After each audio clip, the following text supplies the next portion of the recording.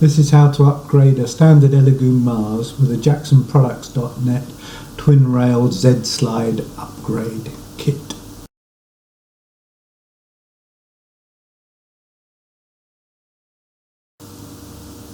Once you've ripped off the outer packaging, you can slit the box open. And there are two instruction sheets, one about not letting the carriage fall off, and the second shows you how to scan to access this video. It's wrapped in anti-corrosion paper, so it should arrive in good condition. There's some grease with it for the lead screw, an uprated anti-backlash nut, and a couple of screws to hold the slotted opto switch on.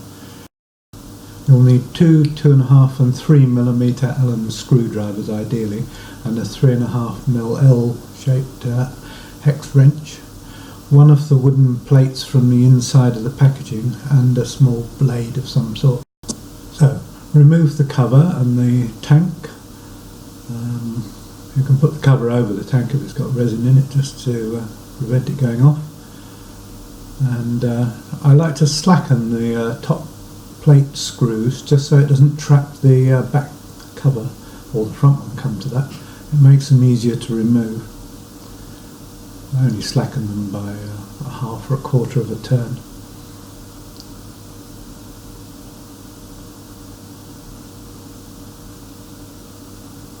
Bit of a struggle to get the covers off. Then remove the two screws retaining the top cap and place that with its screws so we can find it again. Put a bit of wood over the LCD screen to protect it. At this point, use the blade to dig out the self-adhesive disc cover. You can undo the 4 screws, but don't actually fully remove them. There's no need. You can just leave them hanging in the holes, so long as you don't tip the thing upside down, well, beyond horizontal really. Lift the whole carriage off together with its blade underneath. Remove the nut, at least the top part and the spring. Wipe off the excess grease. There's a tube of lithium grease that comes with the kit. Just apply a bit of that to the rail, not too much.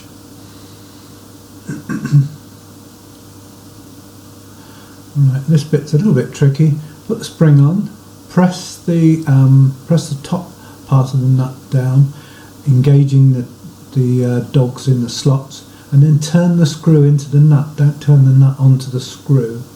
And when you leave it with the holes, the M3 holes, at 6 o'clock, 12 o'clock, and so on, not at an angle, otherwise you won't be able to refit the carriage properly. Screw it down, I don't know, 5 or 6 centimetres, something like that, making sure it's 6, 3, 9 and 12 o'clock. Right, those are the 4 screws that you need to remove remove the old column. They're very easy to get at, you can feel them quite easily.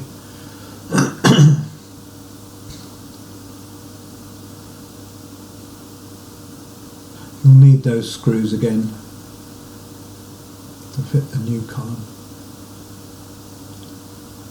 Okay, support it well while you're removing the screw so it doesn't fall over. Right, the slotted opto switch has quite a long cable on it, so you can pull it out a bit, it won't do any harm. But remove the very short screws. And you'll see there are 2 longer screws in the kit. They're in the left of this frame. They're 8mm long instead of 6. Much better for fitting to the new column. Otherwise it's only hanging on a couple of threads.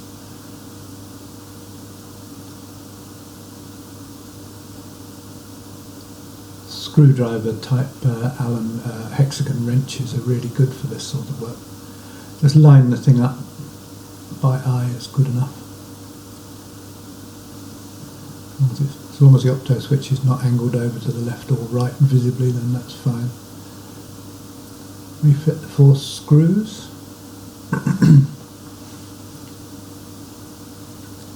bear in mind during all this that the carriage is quite heavy and there's not that much resistance, so if you don't lower it to the bottom it might suddenly fall to the bottom.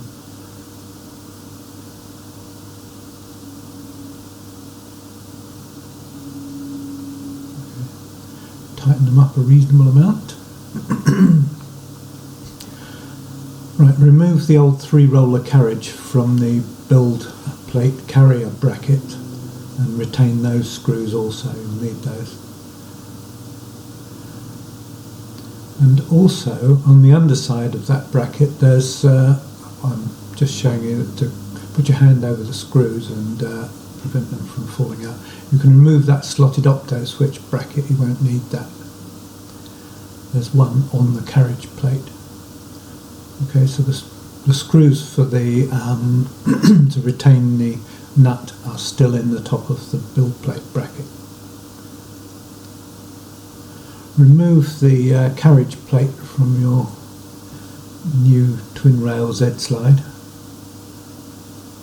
There are 8 M3x8 screws to do that.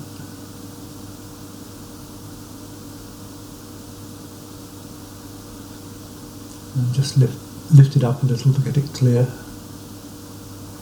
and out, and screw that with the original screws to the back of the build plate carrier bracket. Excuse me.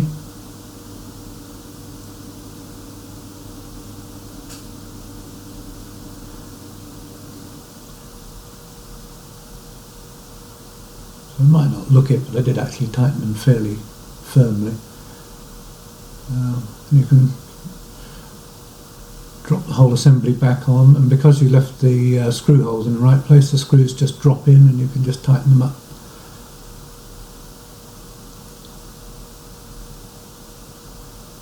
Right. Put back the self-adhesive cover washer, I think, some sort of rubber or polyurethane or something. Lift up the carriage, put in 4 screws on one side and the same on the other side.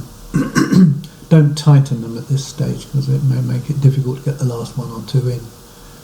There's not much clearance.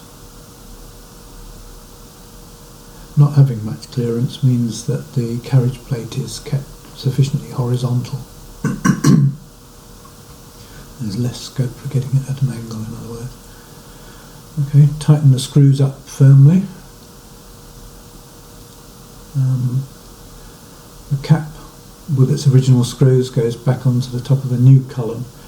It's there just in case the software goes crazy and it tries to drive the carriage straight off the top of the lead screw. It'll prevent it doing that. Slacken off the screws that hold the build plate. To tidying up. Okay, we can replace the rear cover. I'm making it look rather difficult, but it isn't really. Reinsert the 4 very short M3 countersunk screws, 2 on each side.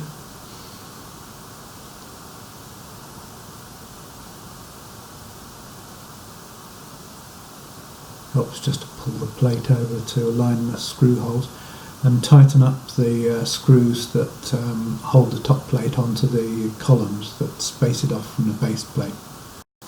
Okay, and on with calibration. So make sure the screws that hold the build plate are slack, turn it on, send it down to its home position, following the standard Elegoo instructions with a sheet of 0.08mm standard paper, printer paper. I suppose it's about 80 grams per square metre, 80 GSM. Line it up so that it's parallel once it's reached its home position. Tighten up both the clamp screws, and just check the first one a second time. Make sure that it feels reasonably firm when you pull it out, not too tight. Selected rise by 10mm and pressed it, I think, 10 times. And then back to the main screen. Replace the resin tank. Replace the cover. And there we are, all done. Power off.